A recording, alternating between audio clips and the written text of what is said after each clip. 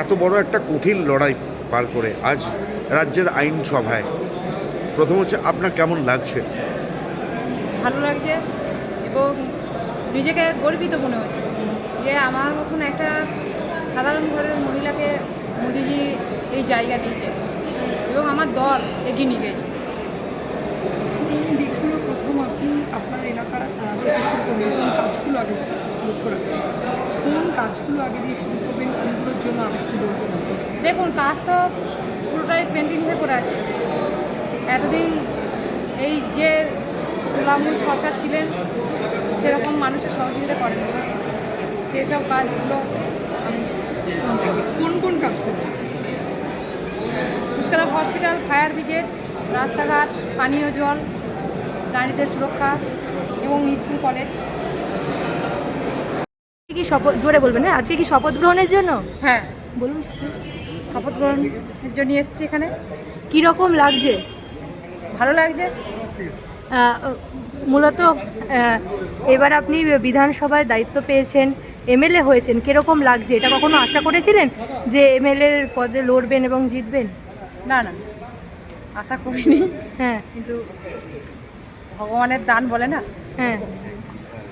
আপনি কি করতেন, মানে আপনার একটু জীবনটা একটু ছোটো করে? হ্যাঁ, আমি পরিচালিকার কাজ করতাম, সেই থেকেই আমার রাজনীতিতে আসা। হ্যাঁ, এবং রাজনীতিতে এসে এই মোদিজি এবং স্বরাষ্ট্রমন্ত্রীজি আমাকে একটা সম্মান দিয়েছে, এটাতে আমি খুব গর্বিত। এবং তার সঙ্গে সঙ্গে জানাই আমার আউসগাঁ বিধানসভার সকল মানুষের হ্যাঁ। ভালোবাসা, আশীর্বাদ। কি কাজ নিয়ে করবেন? কি এলাকার জন্য কি কাজ করবেন? এলাকায় যে কাজগুলো আমার পেন্ডিং হয়ে আছে সেগুলো সব দেখব।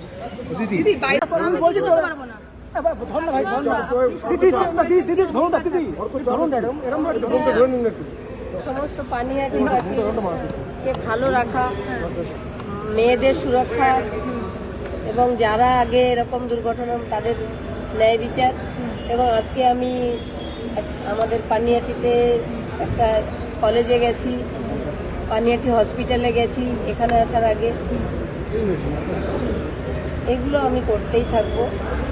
আপনি কোর্টেও গিয়েছিলেন, কি কারণে গিয়েছিলেন? কালকে কোর্টে আমি গিয়েছিলাম, যারা আমার মেয়েকে দ্রুততার সঙ্গে গ্রিন করিডর করে বাড়িতে এনে তড়িঘড়ি পুড়িয়ে দেওয়ার ব্যবস্থা করেছিল, তাদের যেন অ্যারেস্ট করা হয় সেই জন্যই গেছে। আপনি যে প্রতিজ্ঞা নিয়েছিলেন মুখ্যমন্ত্রীকে তার পদ থেকে নামানো, পূর্বতন মুখ্যমন্ত্রীকে, সেই প্রতিজ্ঞা কি পূর্ণ হলো?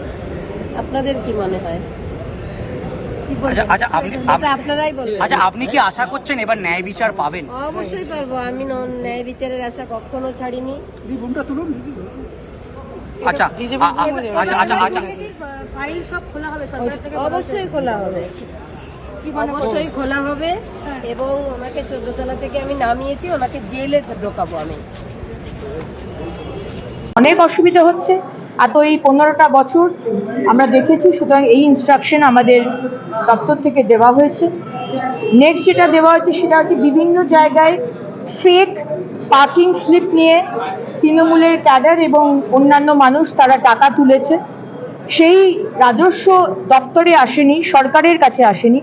সুতরাং এই নোটিশ আজকে আমার দপ্তর থেকে দেওয়া হচ্ছে, যেখানে যেখানে এই ধরনের ফেক রসিদ দেখিয়ে টাকা তোলা হচ্ছে পার্কিংয়ে, সেগুলো ইমিডিয়েটলি বন্ধ করা এবং একটা রেট চার্ট প্রত্যেকটা পার্কিং লটে রেট চার্ট দিয়ে দেওয়া হবে, যে যার মতো মনের মতো খুশি পার্কিং নিতে পারবে না। নাম্বার 3, আরবান ডেভেলপমেন্ট এবং উইমেন অ্যান্ড চাইল্ড, যে দুটো দপ্তর আমার দায়িত্বে, সেখানে একটি কল সেন্টার, একটি কল নাম্বার পাবলিককে দেওয়া হবে, যেখানে পাবলিকের আমার দুটো ডিপার্টমেন্ট আরবান ডেভেলপমেন্ট রিলেটেড যা কিছু সমস্যা সেই নাম্বারে তারা ফোন করে বলবেন, তার উপর আমরা অ্যাকশন নেব। এবং উইমেন অ্যান্ড চাইল্ডেও যা যা সমস্যা সেগুলো উইমেন অ্যান্ড চাইল্ডের নাম্বারে আপনারা ফোন করবেন, সেখানে আমরা অ্যাকশন নেব। তাছাড়াও চাইল্ড হেল্পলাইন নাম্বার আছে, কিন্তু উইমেন হেল্পলাইন নাম্বার নেই। সুতরাং চাইল্ড হেল্পলাইন নাম্বারটাকেও উইমেন হেল্পলাইন নাম্বারের মধ্যে একই সাথে জুড়ে, মানে ফোনটা ওই নাম্বারই আসবে, কিন্তু সেগ্রিগেট করা হবে কোনটা উইমেনের ইস্যুস, কোনটা চাইল্ড ইস্যুস। তো এটাও হেল্পলাইন নাম্বার আমরা ইমিডিয়েটলি শুরু করব। এবং লাস্ট যে বিষয়টা বলার সেটা হচ্ছে যে জিও ট্যাগিং করা হবে সারা পশ্চিমবঙ্গে। যেখানে যেখানে ময়লা পড়ে আছে ফোনের মধ্যে ওই অ্যাপ ডাউনলোড করে জিও ট্যাগিং করে আপনি পাঠিয়ে দেবেন যেখানে ময়লা রয়েছে, এবং উইদিন 1 hour to 2 hours সেই ময়লা পরিষ্কার করা হবে। কোথাও পশ্চিমবঙ্গে যে আমরা দেখে এসেছি 15 বছর, আজকে কলকাতার এত সুন্দরী কলকাতা, সেই কলকাতাকে ময়লা এবং চূড়ান্ত নোংরাভাবে ড্রেন পরিষ্কার হয় না, সেগুলো নিয়েও আরবান ডেভেলপমেন্ট দপ্তরের সাথে গতকাল আমার মিটিং হয়েছে। সেগুলো তো সমস্ত হবেই, কিন্তু ইমিডিয়েটলি এই অ্যাপ চালু করা, যেখানে সাধারণ মানুষ জিও ট্যাগিং এর মাধ্যমে জানিয়ে দিতে পারবে কোথায় ময়লা রয়েছে, এবং ডিপার্টমেন্ট বা মিউনিসিপ্যালিটি বা কর্পোরেশন গিয়ে সেই ময়লা পরিষ্কার করে আসবে। এই দিকে বলা হচ্ছে। এত বড় একটা কঠিন লড়াই পার করে আজ রাজ্যের আইনসভায়, প্রথম হচ্ছে আপনার কেমন লাগছে? ভালো লাগছে এবং নিজেকে গর্বিত মনে হচ্ছে যে আমার মতন একটা সাধারণ ঘরের মহিলাকে মোদিজি এই জায়গা দিয়েছে এবং আমার দল এগিয়ে নিয়ে গেছে। কোন দিকগুলো প্রথম আপনি আপনার এলাকা থেকে শুরু করবেন, কোন কাজগুলো আগে লক্ষ্য রাখবেন, কোন কাজগুলো আগে দিয়ে শুরু করবেন, কোনগুলোর জন্য আগে কি বলবেন? দেখুন, কাজ তো পুরোটাই পেন্টিং হয়ে পড়ে আছে।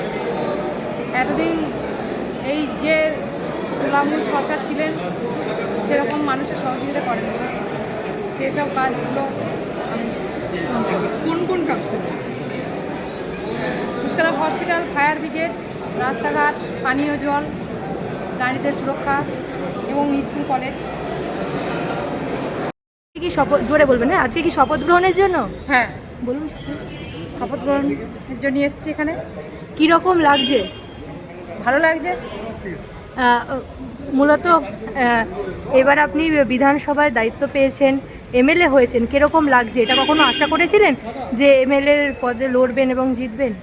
না না, আশা করিনি, হ্যাঁ, কিন্তু ভগবানের দান বলে না। হ্যাঁ। আপনি কি করতেন, মানে আপনার একটু জীবনটা একটু ছোট করে? হ্যাঁ, আমি পরিচালিকার কাজ করতাম, সেই থেকেই আমার রাজনীতিতে আসা। হ্যাঁ, এবং রাজনীতিতে এসে এই মোদিজি এবং স্বরাষ্ট্রমন্ত্রীজি আমাকে একটা সম্মান দিয়েছে, এটাতে আমি খুব গর্বিত। এবং তার সঙ্গে সঙ্গে জানাই আমার আউসগাঁ বিধানসভার সকল মানুষের হ্যাঁ। ভালোবাসা, আশীর্বাদ। কি কাজ নিয়ে করবেন, কি এলাকার জন্য কি কাজ করবেন? এলাকায় যে কাজগুলো আমার পেন্ডিং হয়ে আছে সেগুলো সব দেখব।